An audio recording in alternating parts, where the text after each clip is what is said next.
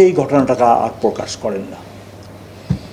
তারপরে কিছু কিছু ঘটনা ওই ভিকটিম তার পিতামাতাকে জানান। পিতামাতাও এই ঘটনার ডিসক্লোজ করেন না, প্রকাশ করেন না। কারণ পিতামাতা ভাবে তাদের কন্যা শিশু, এই কন্যা শিশুকে তাদের পরবর্তী জীবনের কথা ভেবে, সামাজিক বিষয়াদি ভেবে, কমিউনিটি রিঅ্যাকশনের কথা ভেবে, কন্যা শিশুর মানসিক বিষয়টিকে ভেবে ওনারাই পিতামাতাও এইসব ঘটনাকে লুকায়।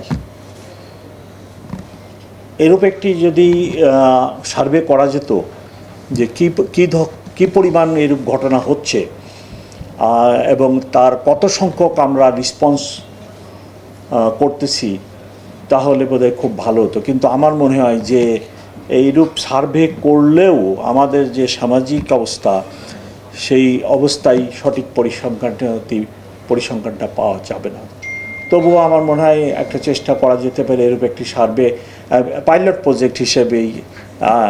মোহাম্মদপুরেই যদি আমরা একটা পাইলট প্রজেক্ট নিয়ে কোনো প্রতিষ্ঠান যদি করতো যে অ্যাকচুয়ালি এরূপ কত ঘটনা ঘটে এবং সেই ঘটনার একটা পরিসংখ্যান বের করা গেলে আমরা একটা পুরো জাতি, পুরো দেশের চিত্রটা হয়তো বের করতে পারতাম।